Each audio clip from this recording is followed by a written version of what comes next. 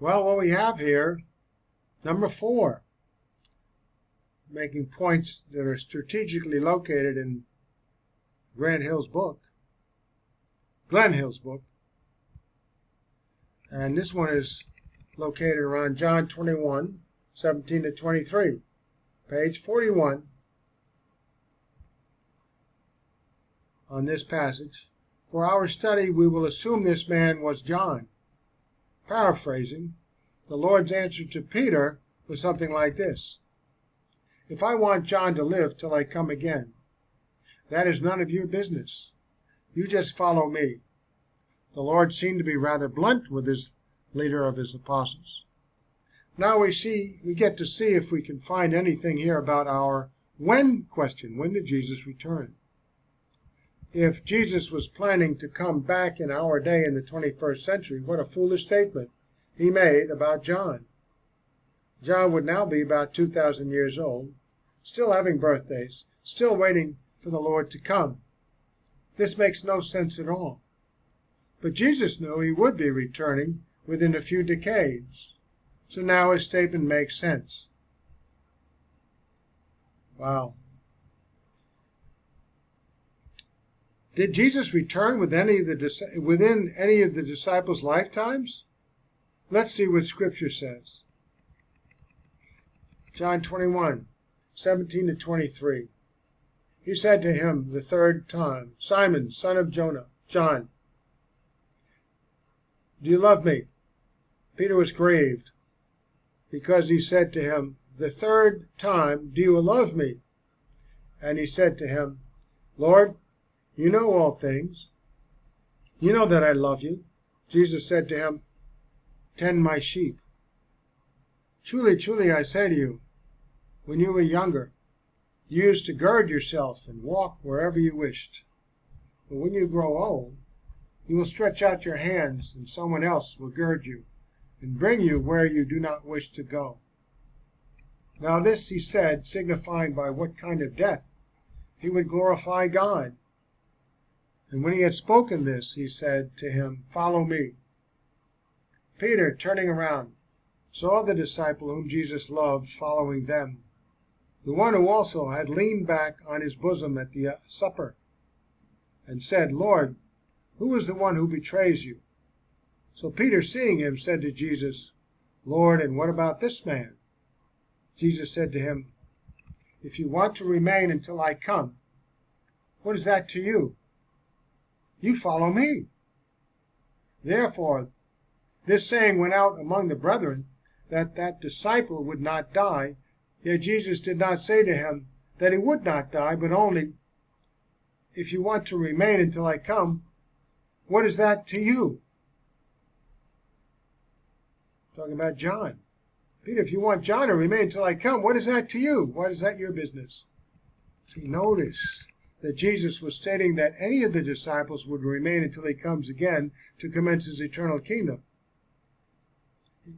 Let's say it again. Note that Jesus was not stating that any of the disciples would remain until he comes again to commence his eternal kingdom. I'm going to put not there in italics and underline it. He was simply stating that what should be of concern to Peter and me and every Christian was not whether John would still be alive or some other matter. That's not their business when Jesus would come again. But for Peter to be focused on following Jesus. So there is no stipulation here that Jesus would come within the time frame of any of the disciples' lifetimes. We are all to be focused on following Jesus. And I say, no matter what our personal destiny is in our mortal lifetimes. This is highly personal to me. Keep your eyes on Jesus.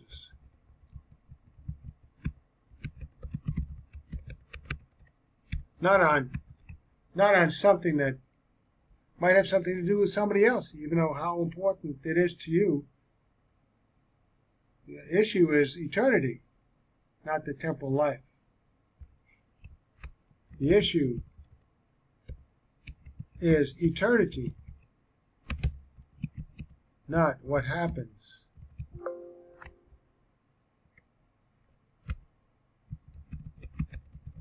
in the moment to moment temporal life. I would say the proviso that certain things we do in our temporal life are focused on Christ, with a look to the eternal. Certain things are to be focused things in the temporal life are to be focused on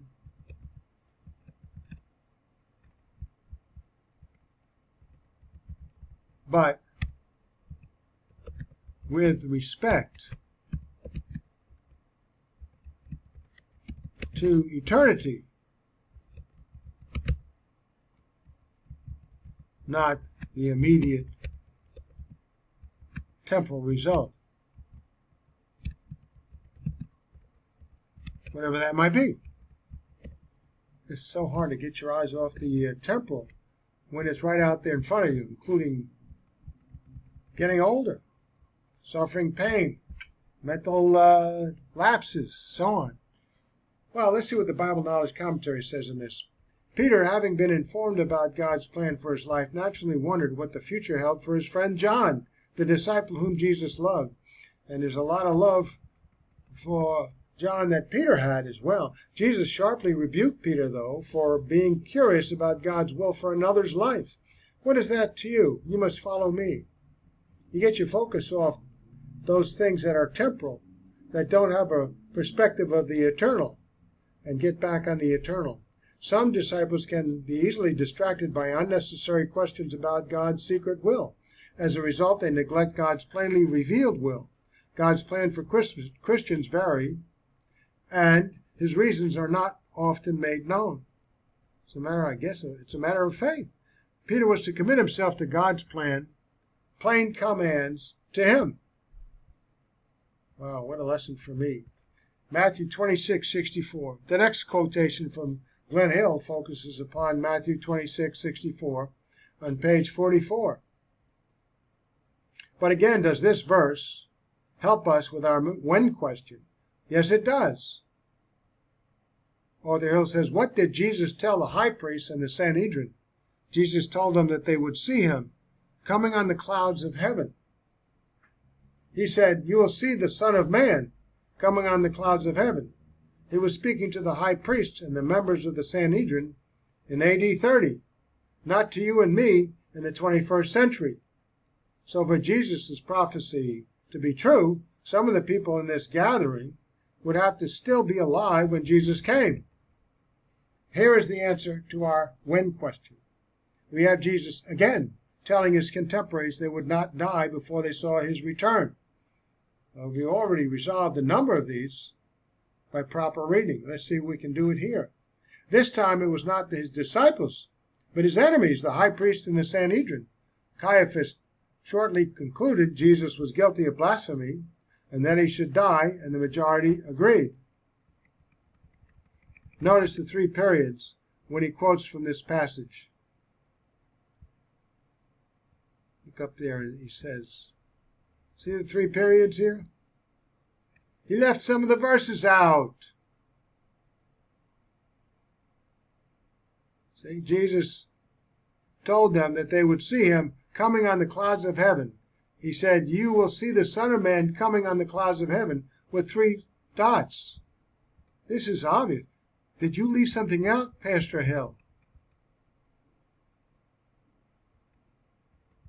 So notice the three periods when he quotes from the passage. Author Glenn Hill deliberately leaves out a critical part of the passage which rules out the event occurring during Caiaphas' and Sanhedrin's mortal lifetimes.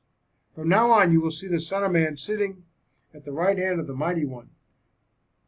Oh, that was excluded. And coming on the clouds of heaven. How can they be in their mortal bodies and see the Son of Man in heaven at the right hand of God the Mighty One? So this is something yet future. Matthew 26:64. Let's read. Hereafter you will see the Son of Man coming. Matthew 26:62-64, NASB. Then the high priest stood up and said to Jesus, "Are you not going to answer? What is this testimony that these men are bringing against you?" But Jesus remained silent. The high priest said to him, "I charge you under oath, by the living God, tell us if you are the Messiah, the Son of God." He was putting Jesus in a position by making the truth be known about him. "You have said so," Jesus replied. "But I say to all of you, from now on you will see the Son of Man sitting at the right hand of the Mighty One in heaven, God the Father, and coming on the clouds of heaven." This is a mysterious statement. If this happened in the first century, how did Caiaphas and the Sanhedrin get translated where they could get a view to heaven and see him, Jesus, sitting at the right hand of God the Father? Expositor's Bible Commentary. "You have said so," Jesus replied, "but I say to you, from now on you will see the Son of Man sitting at the right hand of the Mighty One and coming on the clouds of heaven." The best explanation of verse 64 is that Jesus is telling the members of the Sanhedrin, you being plural, and that from then on they would not see him as he now stands before them, but only in the future in his capacity as undisputed King, Messiah, and sovereign judge. These words, the words in accordance with the normative rules of language, context, and logic, cannot be restricted to the physical lifetimes that the people he, Jesus, was physically present with, or any other times, but for all time, no matter how long those individuals or any individuals might live out their temporal lifetimes, and on into eternity, no matter what their eternal destiny is. Jesus Christ will no longer be, from that moment on, in his temporal body as it existed in past times before the cross, not yet as the resurrected Son of Man, sitting at the right hand of the Mighty One, and as the one who is coming on the clouds of heaven in his second coming, who will forever be at that one who came on the clouds of heaven in his second coming for all of eternity. You know, you could say, from now on, if you see me now, we know from a couple of passages that people will be able to recognize Jesus in their afterlife, even though they may not have been contemporaries, although the Caiaphas and the Sanhedrin were. They'll recognize him in the afterlife from now on, because he will be there at the great white throne judgment. They will see him if they're not believers, Caiaphas and the Sanhedrin. So from now on, i.e. in the future, that is the way they will see him. Matthew does not include the word only or the like. From now on you will only see the Son of Man sitting at the right hand, because it would imply a possibility that they might not see him at all, which is not true. This cannot have Christ's second coming in view in the physical lifetimes of those who were present with the Lord at his trial, because the second coming does not include seeing the Son of Man sitting at the right hand of the Mighty One in heaven, while these Jewish rulers were in their mortal lifetimes while on earth. So we can't then turn around and say, well, Jesus came again. See, Pastor Hill, you've got to learn to read the Bible and be honest with what it says. He will be the one who will, in the future, evidently, beyond their mortal lifetimes, be coming in the clouds in his second coming, in the sense of who he is, not necessarily restricted to occurring in their first century lifetimes while they were still in their mortal bodies when they might see him. All the other indicators, the pictures, the plethora of evidence from Scripture about the events before Jesus' second coming, during it, and afterwards, belies the idea that they would see Jesus sitting at the right hand of the Mighty One in heaven and see him coming in the clouds, even if that were the case, and he did not come in the clouds, and all the